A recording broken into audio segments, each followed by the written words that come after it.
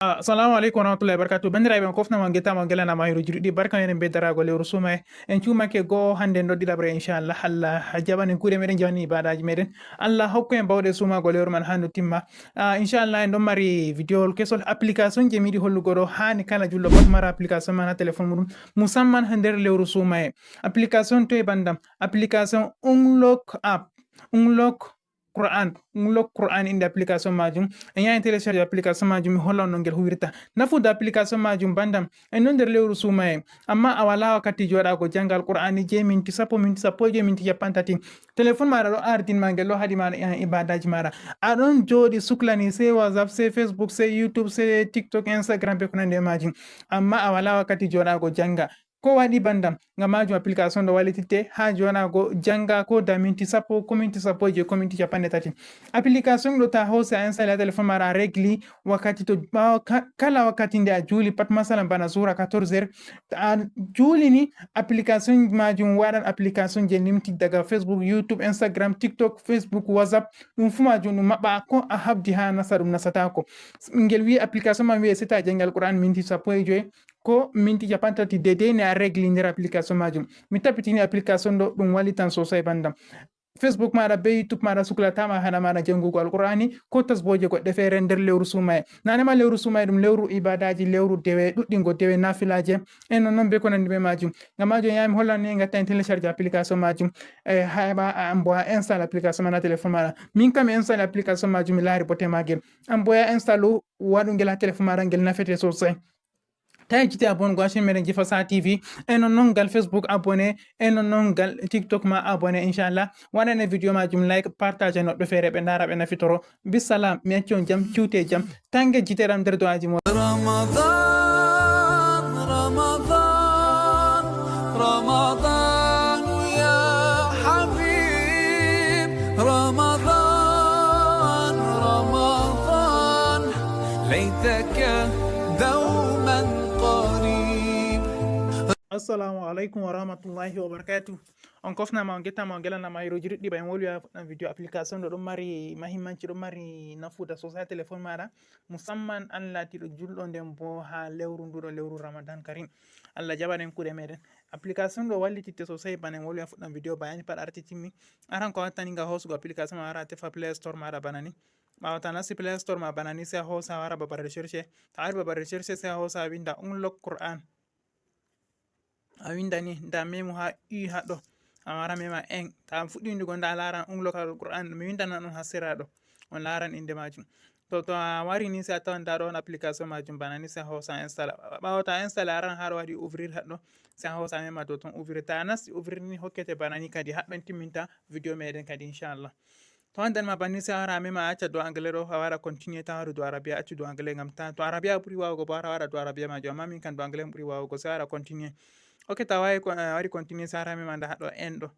ta memi ha ton shikenan sai lora mema ha ton fayin ta memi ha ton ɓe wima get start mana fuɗɗugo sai a mema get start haɗɗo e hokkete a winda inde maɗa a winda inde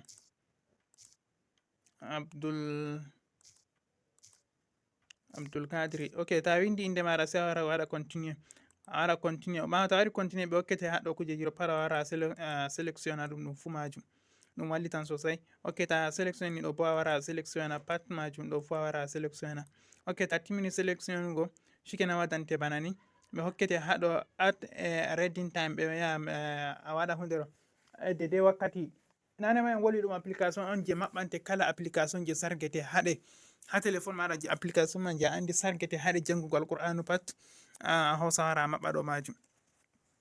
a wara nasta banni masalan bana non jula 14h to a wara mema nda ha 14h na 14h 13h de amma en acca do 14h 14h to waɗi ɗo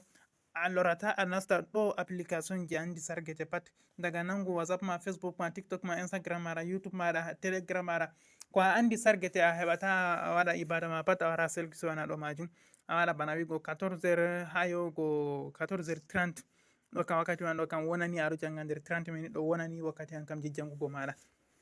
to ok ta wari a waɗi bani ɓe hokkete a sélectionni timmi sai waɗa aɗa nodda time bana wigo to a ɓesdan nder feere bo haɗɗo nda ɗum haɗɗo sai a hosa waɗa a ɓesda to a ɓesdan amma miɗo on tindine tan banni banda ok ta waɗi sai wara waɗa next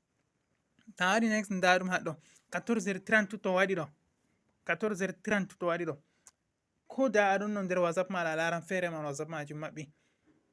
nden to a régli ba wigo ɗum minti noy ba wigo 15 minutes ha 14h30 to waɗi ɗo ni 15 minutes je yeeso majum ha yahugo 14h45 kan kanjum kam wonani wakkati an daga 30 ha yago 45 ɗo ka aɗo janga ko hunde feere amma ta wari a memi do 15 minutes ɗo sai a wara a mema haɗo waɗi next. Ok, ta memi next ɓe wiyete select app to block, to ta memi select app block ɗo a de'ita a fama bandam application majum a fama tindino je ɗo tindino bo to nda bana wigo en tawi nda Facebook meɗen en sélectionni Facebook en sélectionni Instagram meɗen messenger meɗen ɗo pat hunde on je réseau foti sarka goɗɗo haɗa goɗɗo ibada muɗum kala ko andi sarga tecce ka wala sélectionné nda Telegram, TikTok en nda WhatsApp ɗo pat ɗum hunde on je andi foti sarga maɗa waɗete a nasta réseau nda YouTube. To ta timni sélection go sai a hosa haɗa save and continue ta waɗi save shikenan ok ta waɗi bannini timmi kadi a arti a sélection ni kujeji majum pat a fotai a utilisa be majum sai ɓawo ta waɗi next suivant ɗo ni sai a lara nda start 3 day free to sai a hosa iya do ton to a ii do ton ni shikenan a laran ɗum arti ɗum timmini banni majum sara complete step haɗo ta memi do ton ni shikenan a arti a créé ɗo majum bana wigo kala nde 14h30 waɗi pat application ji je aɗon no lara pat hosan maɓɓa to maɓɓi bo maɓɓititta sai to waɗi 15 minutes en arti régle do 15 minutes an on larata kadi a régla do dedei no fottante a hofnama hongetama o gelanama ayruji ɗuɗɗi mais mi tabbitini ɗum nafan en fuu meɗen inchallahu ngam majum wate hakkilo en ɗuɗɗina ibadaji en ɗuɗɗine jangde nder lewru sumaye majum yowa on ɗo lara no memiri ɗo majum ɗo ok sai ta wara ɗo wara a huɓɓa ɗo ni a hosa waɗa allow shikenan a wurti complete step ɗo bo mi famai ɗum je ɗume hankam ni a tokka dedei no waɗi a video man ɗo banni a hosata waɗa ok c'est bon ɗum arti ɗum active ni banni majum tan ha téléphone maɗa shikenan a foti a wurto kadi a foti a waɗa ɓawo a wurto